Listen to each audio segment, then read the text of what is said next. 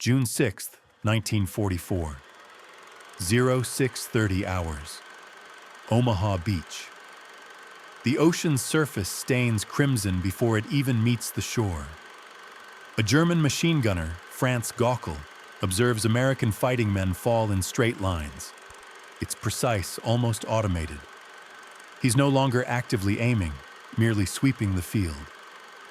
The MG-42 handles the grim work.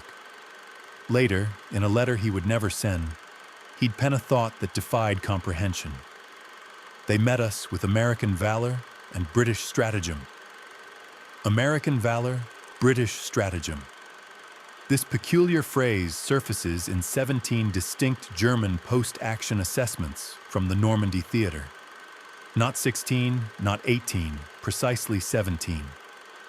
Each account grapples with the same baffling paradox: how the very Americans they were neutralizing had somehow executed a strategy far exceeding America's known tactical capabilities.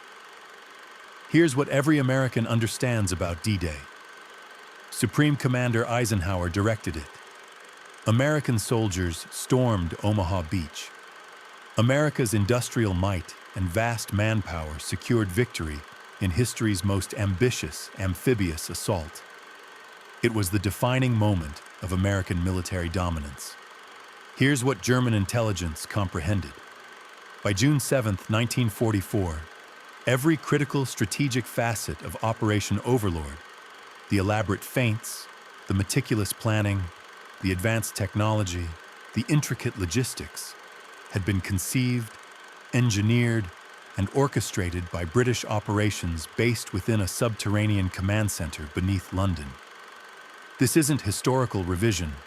It's a direct German military evaluation.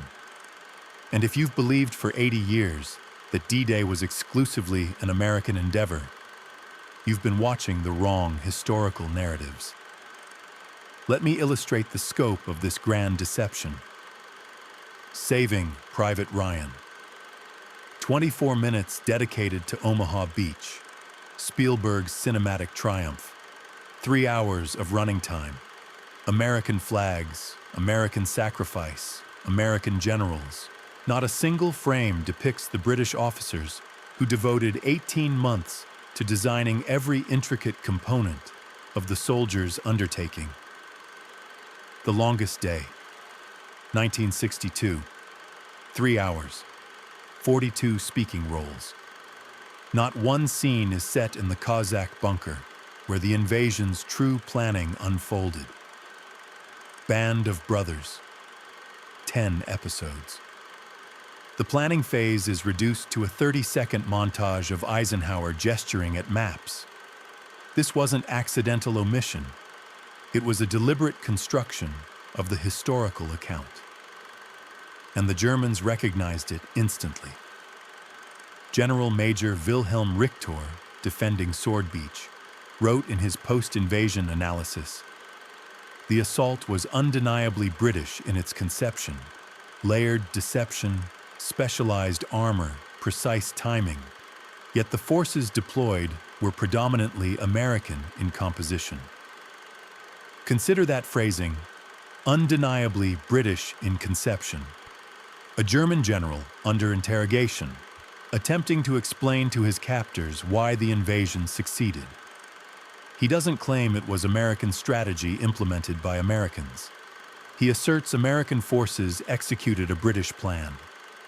But the depth of this revelation goes even further. The individual responsible for orchestrating D-Day, designing the landing zones, calculating the tidal flows, identifying the optimal window between June 5th and 7th, and coordinating the elaborate deception operations, was Lieutenant General Frederick Morgan of Great Britain. His official designation was Chief of Staff to the Supreme Allied Commander. Designate Cossack. He assumed this post in March 1943. General Eisenhower didn't arrive until January 1944, 9 months after the plan was already fully developed. Morgan operated from a bunker complex situated beneath Norfolk House in London. 1,200 officers, the vast majority British, meticulously planned every detail. Beach gradients, tidal charts, drop zones, supply chains, and the revolutionary Mulberry Harbors. This concept originated in April 1942. The Pluto pipeline, designed to transport fuel beneath the English Channel, was the work of British engineers in June 1942. The specialized armored vehicles engineered to breach beach defenses were conceived by British Major General Percy Hobart, beginning in 1943. Every significant innovation that made D-Day feasible was British. Every single one. So why is this crucial information largely unknown? Oberst Fritz Ziegelmann, operations officer for the 352nd Infantry Division, provided a testimony that perfectly addresses this question.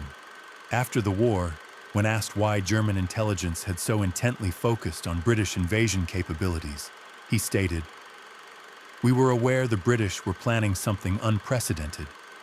Their intelligence services had repeatedly outmaneuvered us. We anticipated American involvement, but we never imagined the Americans would claim operational credit. Even the adversary assumed you would know the truth. But you don't, because by 1946, the narrative had already begun to shift. American troops bore the brunt of the casualties. American industry provided the bulk of the equipment. American newsreels displayed American flags on French soil.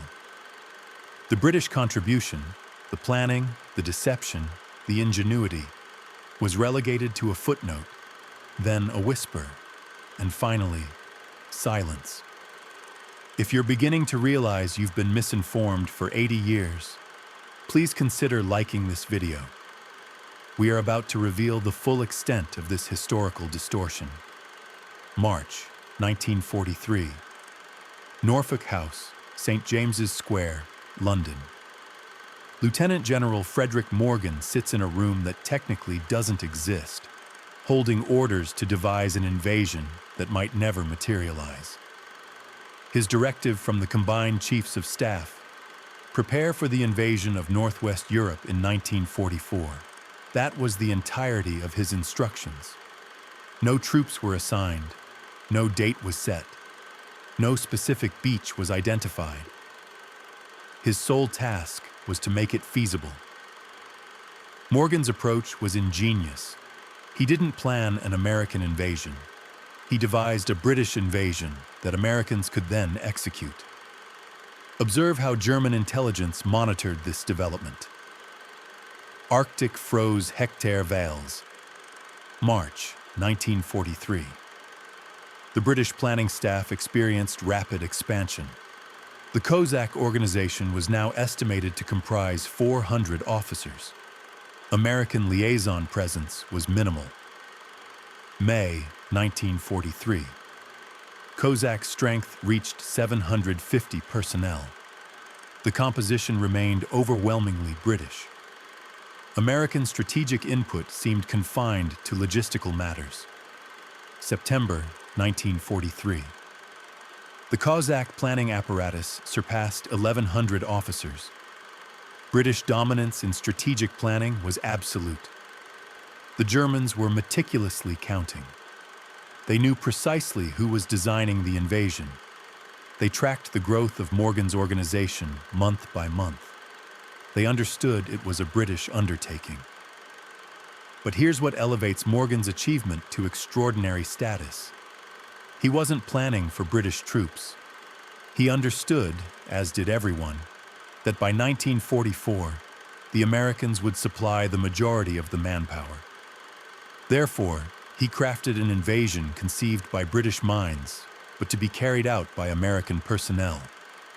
It was a plan so thorough, so detailed, that when Eisenhower arrived 9 months later, he made virtually no significant alterations. The original Cossack plan stipulated a 5-division assault, 3 beach sectors, airborne flanking maneuvers, deception operations designed to pin down German reserves and delay their response, specialized armor to overcome beach obstacles, and artificial harbors because capturing a functional port was deemed impossible. An underwater pipeline was also included for fuel supply. Eisenhower's sole modification was to expand the initial 3 divisions to 5. That was the extent of his changes. Everything else, the overarching concept, the selection of beaches, the elaborate deception, the technological advancements, was purely Morgan, purely British. German General Günther Blumenritt, Chief of Staff to Field Marshal von Rundstedt, testified post-war. "We anticipated an invasion. We did not anticipate such Byzantine complexity. Only British intelligence possessed the capacity for the level of deception we encountered." Byzantine complexity? This is a German general describing British planning, not American. British. Allow me to present 3 specific instances where British foresight shaped every aspect of Operation Overlord. Example 1, beach selection. Morgan's staff meticulously analyzed every stretch of coastline from Cherbourg to Antwerp. They assessed gradients, fortifications, German defensive positions, and tidal patterns. They chose Normandy not for its proximity to England, but because it offered defensible terrain following the initial landing. The landscape facilitated rapid territorial expansion. The Cotentin Peninsula could be leveraged to isolate Cherbourg. The Bocage country would impede the advance of German armor. This was the essence of British strategic foresight, planning not just for the landing itself, but for the critical 48 hours immediately thereafter. Example 2, timing, June 5th to 7th, 1944. A precise 3-day window. Why? Because spring tides are essential for maximizing the landing area, moonlight is required for airborne operations, and a last quarter moon, occurring at low tide, is necessary to expose submerged obstacles. An assault at dawn allows for optimal naval bombardment accuracy. This specific combination of conditions occurs only 3 days each month, between May and September. Morgan's team calculated this in 1943. They presented Eisenhower with a calendar. He selected a date derived from British mathematical calculations. Example 3, Operation Fortitude. The meticulously crafted plan to convince Hitler that the invasion would target Calais was entirely a British initiative. The 20 Committee, also known as Double Cross, orchestrated it. This was British counterintelligence. They exerted control over every German spy operating in England. Not most, but every single one. And they fed them a completely fabricated invasion scenario. German records unequivocally demonstrate its profound success. From the diary of General Oberst Alfred Jodl, dated June 6th, Normandy appears to be a diversionary effort. The main assault is expected at Calais within 2 weeks. For 45 days following D-Day, the Germans held 15 divisions in Calais, a testament to the efficacy of British deception. But who was in command of Operation Fortitude? Not an American. Lieutenant Colonel John Bevenon, a British officer, oversaw the deception operations. His superior was British Colonel Oliver Stanley. The agents disseminating the false intelligence were British double agents, meticulously controlled by British MI5. Every component was British. Subscribe if you desire the complete narrative, because what we are about to reveal demonstrates how British technological advancements, not American manufacturing, made the invasion survivable. June 6, 1944. 07:45 hours. Gold Beach. Feldwebel Wilhelm Hartung witnesses something emerge from the sea that defies comprehension. It's a Churchill tank, but not as he knows it. It's swimming. Its tracks churn the water, a canvas shroud enveloping its hull. It reaches the beach, sheds the screen, and opens fire. 30 seconds from water to combat readiness. Hartung's post-action report. Enemy-deployed swimming tanks. Unknown design. Extremely effective swimming tanks. The Germans lacked a term for what they were observing because they had never conceived of such a possibility. The DD tank, duplex drive, amphibious Sherman and Churchill tanks equipped with flotation screens, was a British creation. Conceived by British engineer Nicholas Straussler in 1941, it was refined by Britain's 79th Armoured Division, tested in British waters, deployed according to British operational doctrine. While the Americans received some, the British designed them, and the DD tanks were merely the vanguard of British technological superiority that rendered D-Day survivable. Allow me to present the comprehensive inventory of British innovations that confronted the Germans. The Hobart's Funnies, named in honor of Major General Percy Hobart, a distinguished British armored commander. These included crab tanks, equipped with rotating chains that detonated mines ahead of the vehicle, crocodile tanks, flamethrower variants with a range of 120 yards, the AVRE, Armored Vehicle Royal Engineers tank, a British design, and the Churchill tank, armed with a 290-meter petard mortar capable of destroying concrete fortifications. Bobbin tanks, designed to lay matting across soft sand, preventing vehicles from becoming bogged down, another British design. 5 distinct types of specialized armor, all British, all deployed on D-Day. Here is the German perspective from Oberfeldwebel Eduard Beda of the 352nd Artillery Regiment. The British sectors presented specialized equipment we had never encountered. They surmounted obstacles in minutes that should have required hours. Minutes that should have required hours. This is the sound of British engineering triumphing over German defenses. But the specialized armor was only what the Germans could visibly perceive. What they couldn't see was even more profoundly British. The Mulberry Harbors, artificial ports towed across the channel. The reason? Morgan's planners understood that capturing a functioning port was improbable. The Germans would surely demolish it. Thus, the British constructed their own. 2 harbors comprised of 600,000 tons of concrete. The Phoenix caissons, massive concrete boxes to be sunk as breakwaters. The Whale roadways, floating piers that adjusted with the tidal shifts. The Bombard floating breakwaters, designed by British engineers, constructed in British shipyards, and towed by British vessels. The Americans received 1 Mulberry Harbor, Mulberry A, at Omaha, which was destroyed by a storm on June 19th. The British Mulberry B, deployed at Gold Beach, functioned flawlessly, facilitating the landing of 40% of all Allied supplies for a period of 6 months. General Major Wilhelm Richter's assessment: the British produced an artificial harbor of such sophistication that we had not imagined it possible. German engineering, considered the world's finest in 1944, could not conceive of what British engineers had executed. The Pluto pipeline, an underwater fuel conduit laid across the seabed of the English Channel, stretching from the Isle of Wight to Cherbourg. The rationale: armies are fueled by oil, and fuel-carrying ships are exceptionally vulnerable. This was a British concept, engineered by British minds, and constructed by British hands.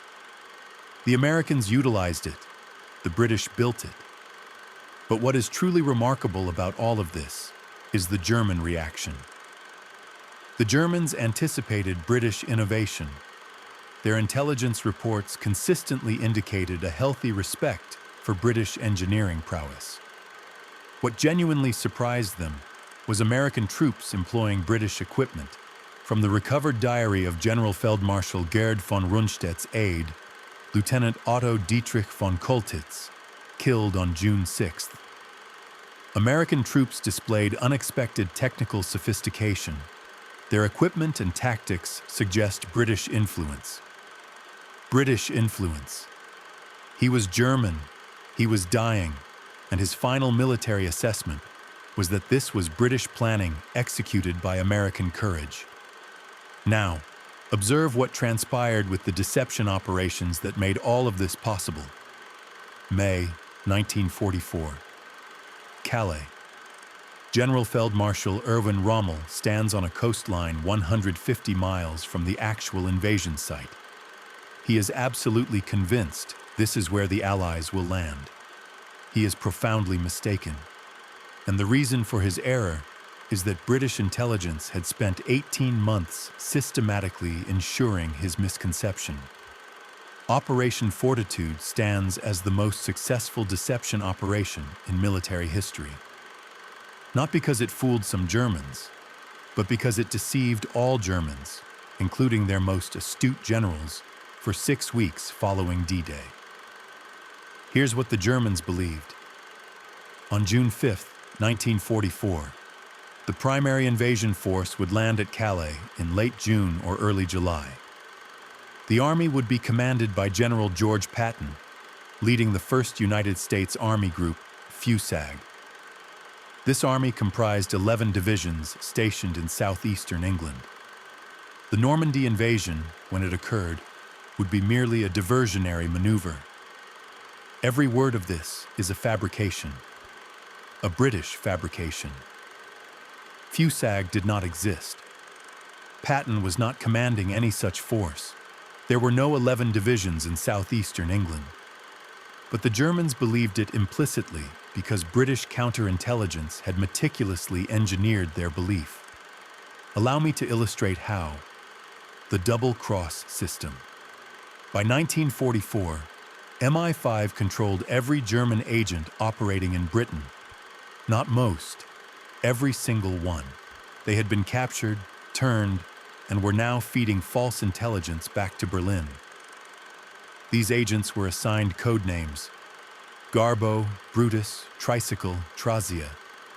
Garbo was the undisputed masterpiece, a Spanish double agent named Juan Pujol Garcia, expertly managed by his British handler, Thomas Harris. Garbo dispatched 315 letters to German intelligence between 1942 and 1944. All of them were fictional narratives. All of them were believed implicitly. On June 9, 1944, 3 days after D-Day, Garbo transmitted a message declaring Normandy to be the diversion.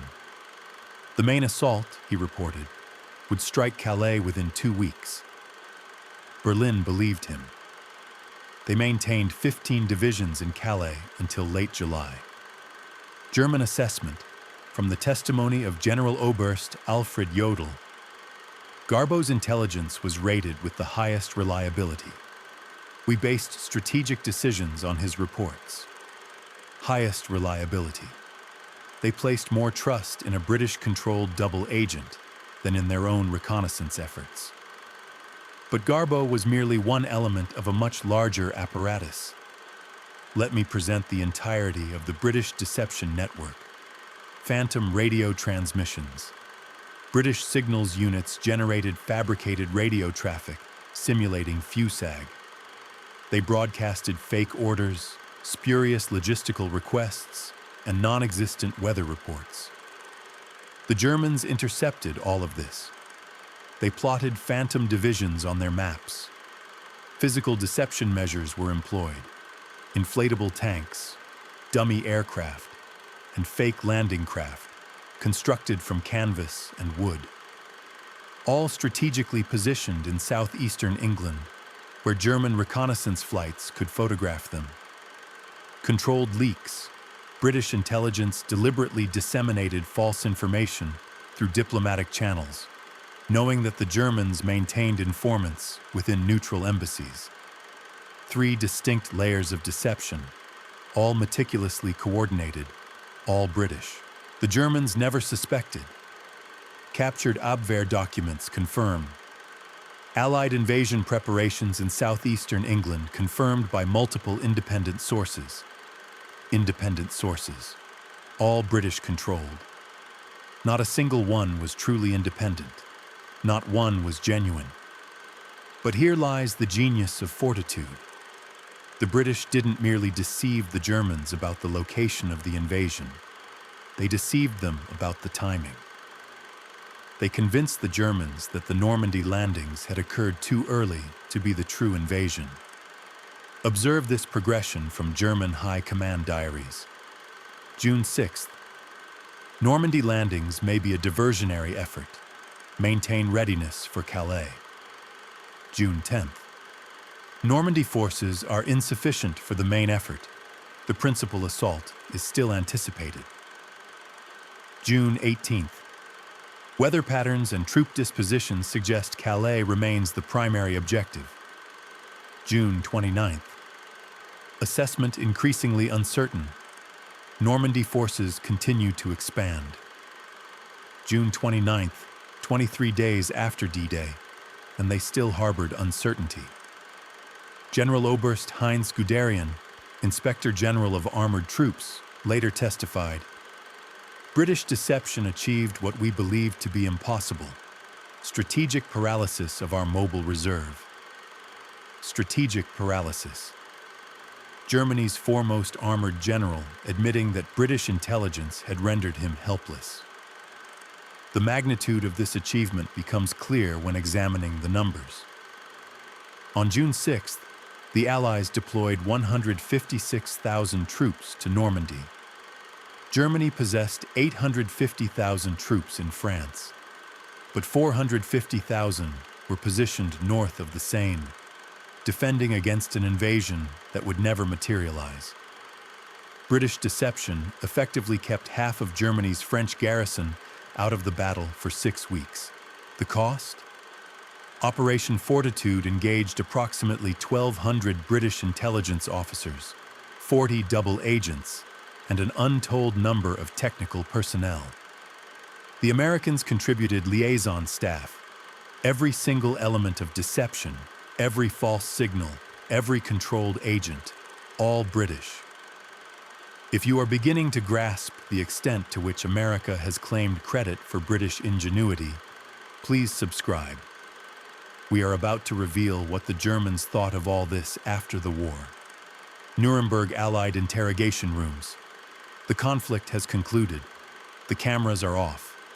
German generals, those who survived, are being interviewed for historical records. They have no remaining incentive to deceive, no propaganda value to uphold. They are simply officers endeavoring to explain what transpired. And when they speak of D-Day, they speak of Britain. Listen to General Oberst Alfred Jodl, Chief of the Operations Staff, OKW. The American interrogator asks, "What surprised you most about the Normandy invasion?" Jodl's response, "The thoroughness of British planning. Every element functioned with a precision we did not expect from a combined Allied operation. Not American planning, but British planning." General Major Walter Warlimont, Deputy Chief of Operations, OKW. The invasion bore British hallmarks throughout: deception, technical innovation, methodical timing. American execution was courageous, but clearly followed British design. American execution following British design. This is a German general under oath, explaining his observations. But the most damning assessment comes from the man who actually fought on the beaches. General Oberst Hans Speidel, Rommel's chief of staff, writes in his post-war memoir, "We prepared to fight Americans. We encountered British strategic planning combined with American material strength. Against this combination, we had no answer." No answer. Germany's most celebrated defensive general admitted he had no response to British planning. Let me demonstrate the consistent pattern across German testimonies. I will provide 3 quotes from 3 different generals, representing 3 distinct divisions and 3 separate beaches. Observe what they all articulate. General Major Wilhelm Richthofen, 7th 116th Infantry Division, Sword Beach. The assault exhibited characteristics of British operational doctrine: specialized armor, precise timing, integrated fire support. This was not American improvisation. Oberst Fritz Ziegelmann, 352nd Infantry Division, Omaha Beach. The planning was clearly British. The courage was unequivocally American. The combination was lethal. General Major Edgar Feuchtinger, 21st Panzer Division. British deception rendered us strategically paralyzed. British technology overcame our defenses. British planning made the impossible routine. 3 officers from 3 different sectors, all conveying the same fundamental message. British planning, American execution. Here's something truly astonishing. For decades, these crucial evaluations were kept under wraps, hidden from the American public. Official accounts, largely penned by American authors, naturally centered on the valor of American servicemen, their leaders, and the immense sacrifices they made. Sacrifices that were undeniably real, with Americans perishing in staggering numbers. Omaha Beach, a true testament to American bravery, became a scene of immense bloodshed, with 4,000 casualties incurred within a mere 6 hours. While American courage was boundless, it's important to note that courage alone doesn't orchestrate an invasion. Courage doesn't conceive of specially designed tanks, nor does it orchestrate elaborate deception campaigns capable of paralyzing an entire army. Such strategic brilliance emanated from British minds, a fact recognized by German generals at the time, though not by the American populace. This disparity stems from a structural issue. Let me illustrate how the attribution of credit shifted. We can observe this in 3 distinct phases. The immediate post-war era, from 1945 to 1950, saw American newsreels dominate, showcasing returning American soldiers and emphasizing an American victory. While British contributions were acknowledged, they were not highlighted, which is a natural inclination for any nation celebrating its own achievements. Then came the Hollywood era, from 1952 onwards. American films took precedence, with productions like The Longest Day in 1962, Saving Private Ryan in 1998, and Band of Brothers in 2001. During this period, the scenes depicting meticulous planning were often omitted, and British commanders faded from view. General Eisenhower, a key figure, transitioned from being an executive to being portrayed as the architect of the entire operation. Finally, we enter the phase of cultural hegemony, from 2000 to the present day.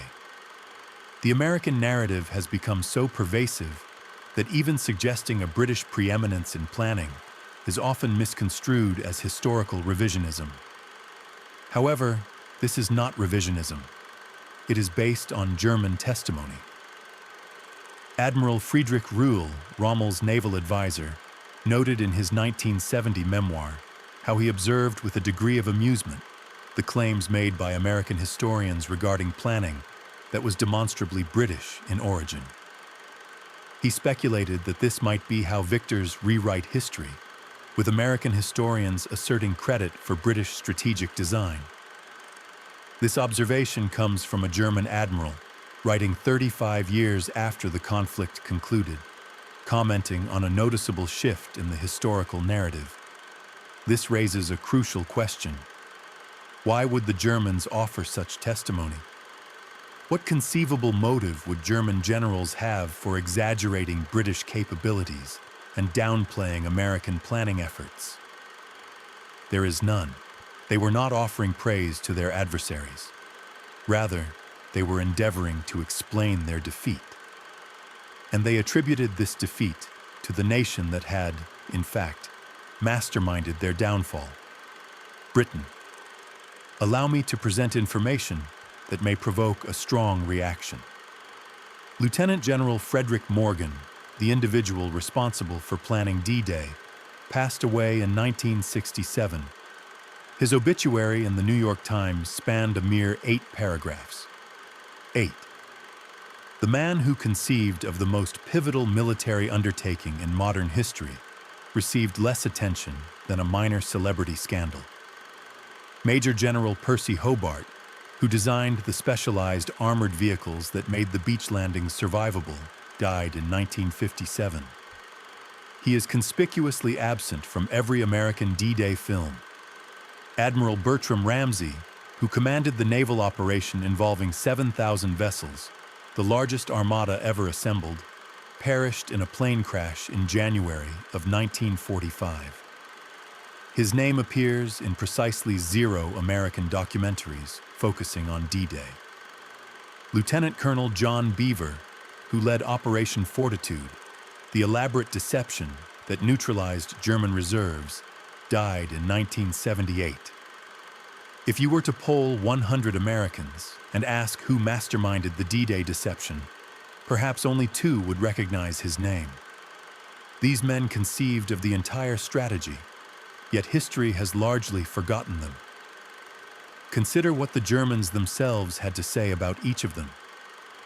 Regarding Frederick Morgan, in an interrogation of General Oberst Jodl, it was stated that the CSAC plan was brilliant, anticipating our responses and countering them before we could implement them. This represented strategic planning of the highest caliber. Morgan was not merely competent, he was a genius, as acknowledged by the enemy. Concerning Percy Hobart, General Major Richter's report noted that the specialized armor overcame obstacles we deemed impregnable.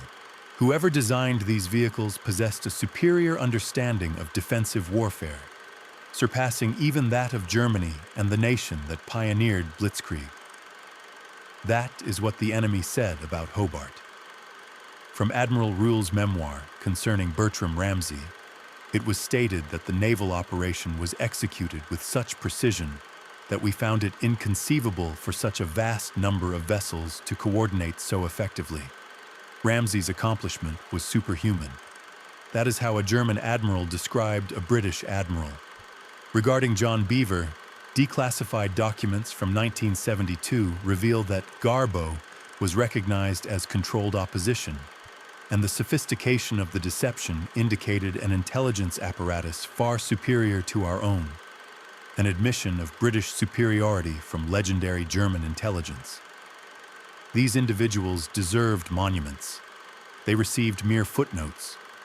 And the American who has largely replaced them in public consciousness, General Eisenhower, a distinguished general, make no mistake, who arrived 9 months after the plan was finalized and made almost no alterations. According to his own Chief of Staff, Lieutenant General Walter Bedell Smith, General Eisenhower's most significant contribution was maintaining Allied unity and political consensus. The operational plan was substantially complete by the time he assumed command. Maintaining Allied unity and political consensus are indeed vital, but these are not elements of operational planning. Yet, Hollywood portrayed Eisenhower as the architect because he was American, while Morgan was erased because he was British. Observe this progression in American cinema. In The Longest Day, 1962, Morgan is afforded a single scene, a mere 2 minutes of screen time, with no elaboration on his critical role. In Saving Private Ryan, 1998, Morgan is entirely absent, while Eisenhower is depicted in the planning sequences. In Band of Brothers, 2001, Morgan's name is never uttered throughout all 10 episodes. This is a systematic erasure, not necessarily due to deliberate falsehoods by filmmakers, but because the American narrative had become so all-encompassing that British planners were simply no longer part of the story. And here's how we know this constitutes theft, not mere oversight. The British were well aware of their contributions. British films, such as The Longest Day, incorporate British perspectives and at least acknowledge British planning. However, British films do not hold sway over global culture. American films do. Consequently, the world absorbed the American version, and for 3 generations, the belief has persisted that America was solely responsible for planning D-Day. The Germans, however, held a different understanding. General der Infanterie A.D. Blumenried, writing in 1952, stated that historical accuracy necessitates acknowledging that Operation Overlord was conceived, designed, and largely orchestrated by British minds. American courage and resources executed it magnificently, but the architectural foundation was British. This is the insistence of a German general just 7 years after their defeat on giving credit to Britain. This fact alone should illuminate the situation. D-Day was not an isolated incident. It was indicative of a broader pattern. Let me highlight 3 additional operations where British planning directly contributed to American victories. Victories that Hollywood subsequently presented as purely American achievements. Consider North Africa and Operation Torch in November 1942. The American narrative framed it as the first American offensive of the war, showcasing Eisenhower's debut with American forces landing in Morocco and Algeria. The German assessment, from Field Marshal Albert Kesselring's post-war testimony, noted that the operation bore distinct marks of British strategic planning, including simultaneous multi-point landings, political coordination with French commanders, and naval deception operations. Who then actually planned Torch? It was the British Combined Operations Headquarters under Admiral Louis Mountbatten. The Americans executed the plan. The British designed it. Next, Sicily, Operation Husky, in July 1943. The American narrative celebrated it as Patton's finest hour, with the American 7th Army racing across Sicily. The German assessment, from General Oberst Hans Valentin Hube, stated that the invasion plan demonstrated the typical British attention to beach gradients, naval gunfire coordination, and airborne operations. While American tactical improvisation was excellent, the underlying framework was British. Who planned Husky? It was British Force 141, a planning staff under British General Harold Alexander. Patton commanded American troops executing a British strategy. Finally, the Rhineland, Operation Plunder, in March 1945. The American narrative proclaimed it as the American crossing of the Rhine, the final push into Germany. The German assessment, from Field Marshal Albert Kesselring, indicated that the Rhine crossing showcased British operational planning, characterized by feint attacks, smoke screens, specialized engineer equipment, and methodical artillery preparation. Who planned Plunder? It was the British Second Army Group under Field Marshal Bernard Montgomery. The American Ninth Army participated, but Britain was the architect of the plan. Thus, we have 4 major operations, resulting in 4 American victories, all based on 4 British plans. The pattern is undeniable, and the Germans meticulously documented it each time. However, what makes this systematic appropriation of credit so effective is the fact that the Americans bore the brunt of the fighting. American soldiers shed their blood on every one of these beaches, and American families lost sons in each of these endeavors. Therefore, when American filmmakers recounted American tales of American sacrifice, they were not fabricating the sacrifice itself. They were, however, obscuring the British intellect that transformed potential disasters into victories, thereby making that sacrifice meaningful. Observe the stark contrast when comparing German assessments of British planned operations versus those planned by Americans. For British planned operations like Torch, Husky, Overlord, and Plunder, German assessments consistently describe them as methodical, technically sophisticated, involving layered deception and specialized equipment. In contrast, for American planned operations such as Market Garden and the Battle of the Hurtgen Forest, German assessments characterized them as brave but predictable, resulting in heavy casualties and insufficient planning. The Germans could clearly discern the difference.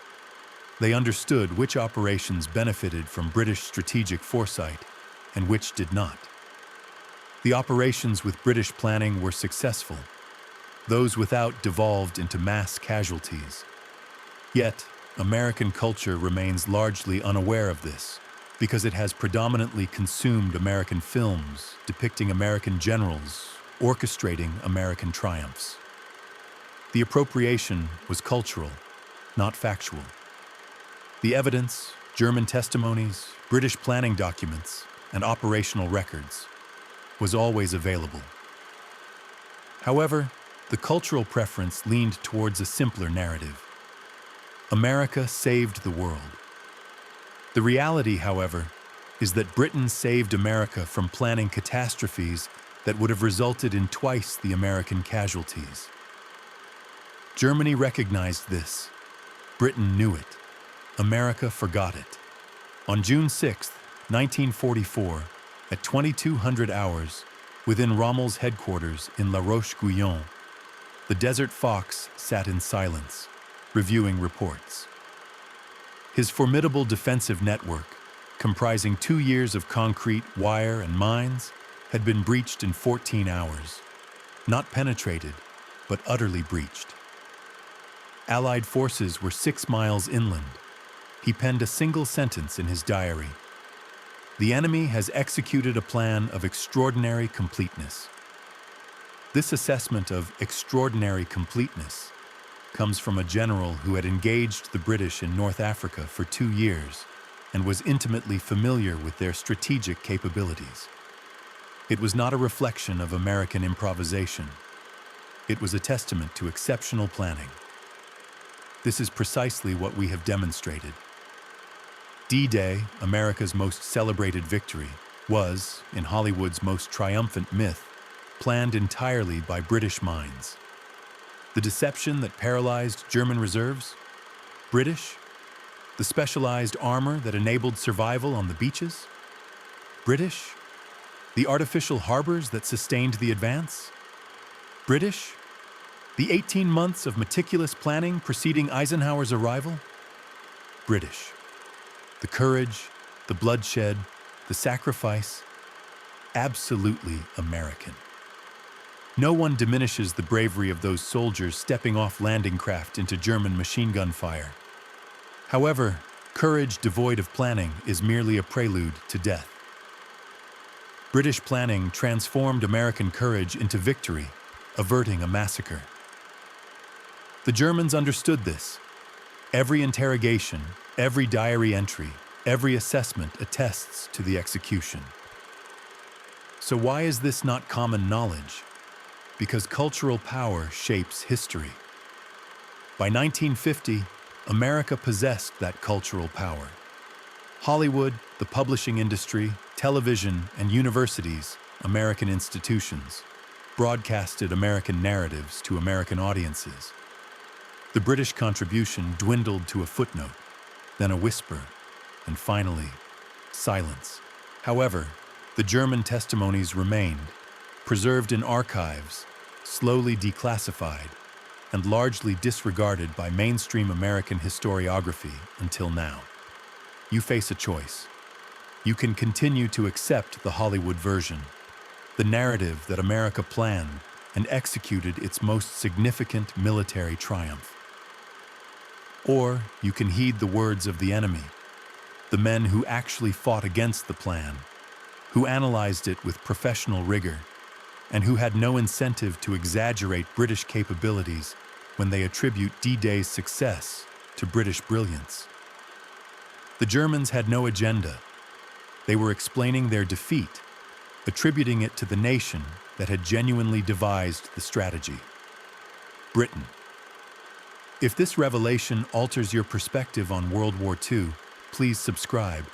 as there are 40 more operations where Britain provided the strategic blueprint for victory, and America received the credit. We intend to meticulously present each one, utilizing the voices that Hollywood ignored, the Germans who fought in them. The truth is not found in the films you have watched, but in the testimonies of the men who were defeated. And they all convey the same message: British intellect, American valor, and Allied triumph. Yet only one of these components consistently finds its way into American documentaries: